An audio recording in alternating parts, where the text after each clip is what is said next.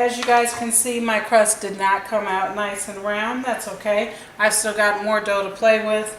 My family doesn't care. And but I didn't separate it evenly, right? Because I was rushing a little bit. Ideally, you could use something and slice it right down the middle to make sure you have 2 even crusts. But we're not particular. So I pre-baked this for about 10 minutes because that helps the dough come together a little bit, because keep in mind, everything else is already cooked. We're just baking it again to kind of help those flavors come together. Here is our white sauce. Now this sauce, I added a little bit of thyme and sage to it as well, in addition to the salt, onion powder, a little ginger powder, and a little bit of cayenne pepper, because the sage and thyme just gives it more flavor. And honestly, it tastes kind of like a country gravy. Like if you've had biscuits and gravy with a white gravy, that's really what this tastes like. So I guess you could call this my gravy pizza. Sometimes I'll make a pizza, 1 white sauce, 1 red sauce.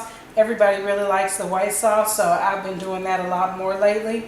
And then you can even drizzle more of this on top if you like it. If you don't love this, that's fine. You can make a traditional marinara sauce. Now I'm adding more because I've noticed that it tends to soak up a lot of the sauce, and then when it comes out, it's a little bit on the dry side.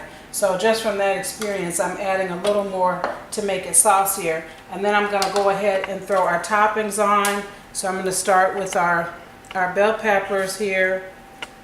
This, again, these are red and yellow roasted bell peppers. I'm tossing on here. When you're making vegan food, it is all about flavor. You have to try harder, to be honest with you, especially if you're serving meat eaters. You got to go harder.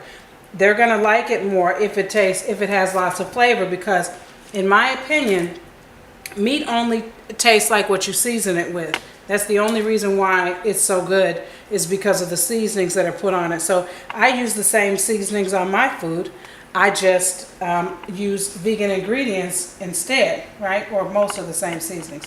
These are my mushrooms. I like to chop them up really small like this because I think the bite is better, and I think that the flavor is better when they're chopped up and roasted, right? So I spread lots of those on there because now we all like it, and that wasn't the case before, right? So, and then the last layer is our vegetable. Could be any green that you choose. This is a great way to get veggies in for the kids. A lot of color here, and I know some kids have a struggle with that, but my solution is to always say, just try a little bit and see if you like it. And this was one of the first things that I made that my family liked when I first changed over my eating. So now that this is on here, at this point, you're basically done. You don't have to add anything else, but I did want to take it up a notch a little bit with my cashew cheese sauce. Ideally, this should be a little bit thicker than this, but I'm going to go ahead and roll with it anyway and just kind of drizzle it across the top like this. And then I will do a rebake. I've done this with a variety of different things.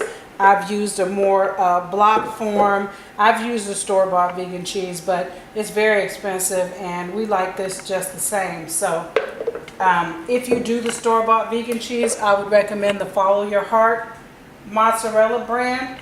And then I would also suggest to you that you hit it under the broiler very briefly to help the cheese melt, because it's not dairy. It doesn't have those ingredients in it to give you that melty, ooey gooey, bad for your body lactose situation.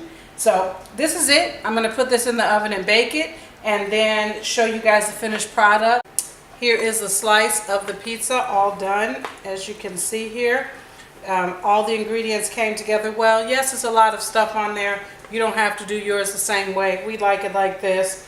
I pre-baked the crust for about 15 minutes, brought it back out, put my toppings on, baked it again for another 15 minutes or so to get the crust how I like it. It's not super crispy. It kind of tastes more like a flatbread.